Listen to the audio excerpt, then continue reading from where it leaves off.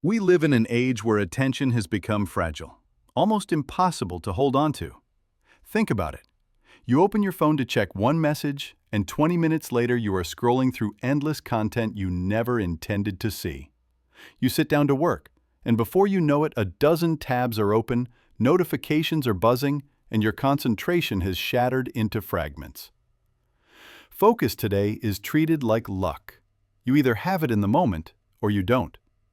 But medieval thinkers lived by a very different reality. For them, attention was not accidental. It was trained, disciplined, and guarded with the same seriousness as a knight guarding a castle wall. Every part of their life, from prayer to work, from writing manuscripts to sharpening swords, was designed to cultivate a mind that could resist distraction and endure long stretches of deep thought. They didn't need productivity apps or self-help gurus. They relied on systems, rituals, and disciplines so deeply woven into their daily existence that losing focus was almost unthinkable.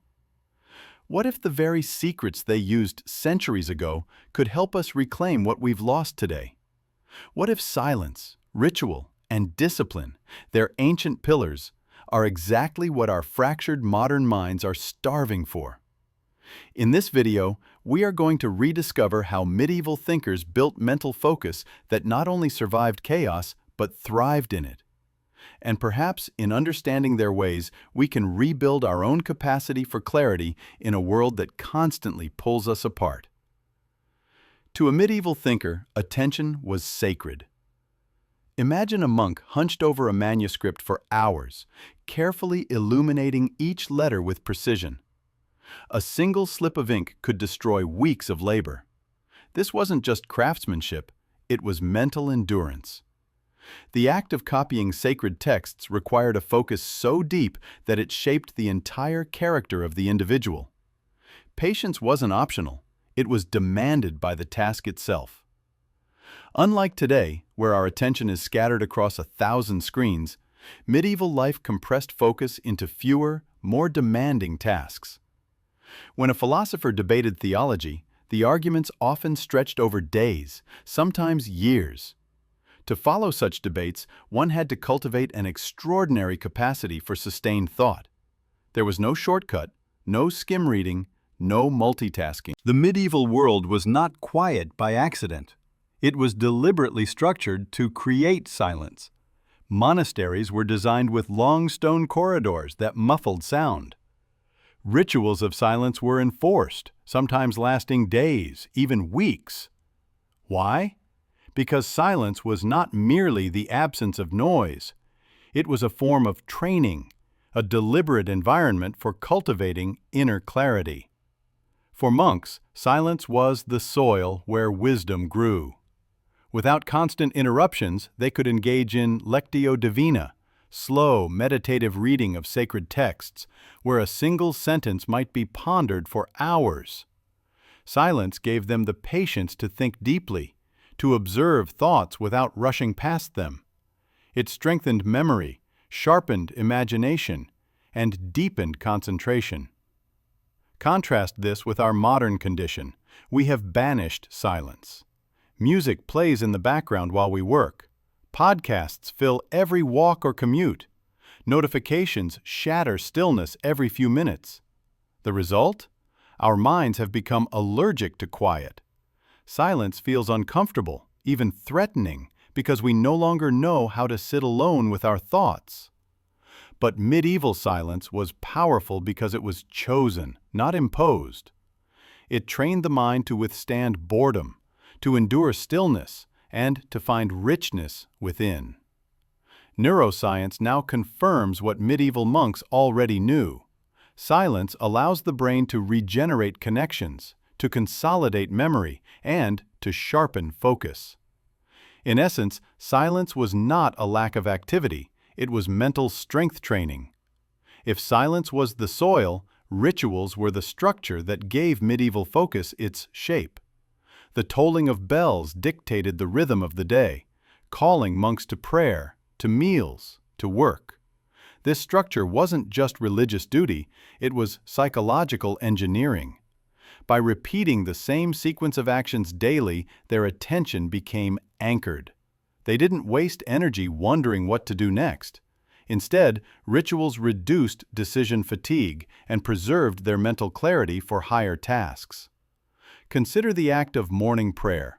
It wasn't just spiritual devotion, it was a mental reset. The repetition of words, the posture of the body, and the predictable timing all created a state of calm readiness. When we think of medieval warriors, we often picture swords, armor, and bloody battlefields. But beneath the steel, there was another kind of training, mental training. A knight was not only expected to wield a weapon, but to wield his own mind. Distraction on the battlefield was fatal. A single lapse in focus meant death, not just for the knight, but for those who depended on him. The code of chivalry was more than a moral guide. It was a psychological discipline. Before combat, knights prepared themselves through rituals, prayers that calmed fear, meditations that strengthened resolve, and even symbolic gestures that aligned their minds with purpose. These practices created a state of clarity, where hesitation and panic dissolved. The knight stepped into battle with a sharpened attention that modern soldiers still train for today. This discipline was not unique to Europe. Across the world, the samurai practiced mushin, the mind of no mind, where thought disappeared and pure presence took over. In medieval Europe, knights achieved something similar through faith and ritual. They believed that surrendering fear to a higher purpose allowed them to remain calm in the storm of chaos.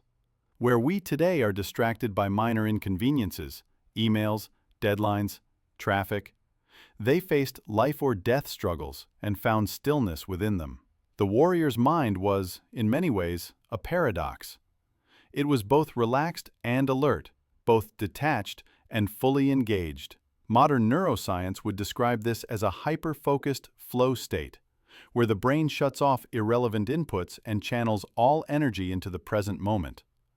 But to medieval warriors, it was not science, it was survival, cultivated through years of discipline. Their battles demanded focus sharper than steel, and they learned to achieve it not by accident, but by design. The contrast between medieval minds and ours could not be starker. Imagine a monk, capable of meditating on a single phrase for hours, placed in front of a modern smartphone.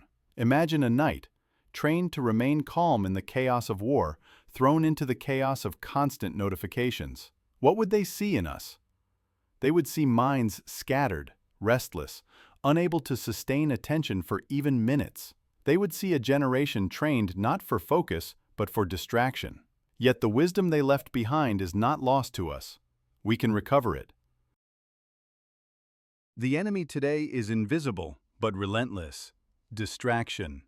Medieval monks, thinkers, and knights all knew a truth we've forgotten. Focus must be trained, not assumed.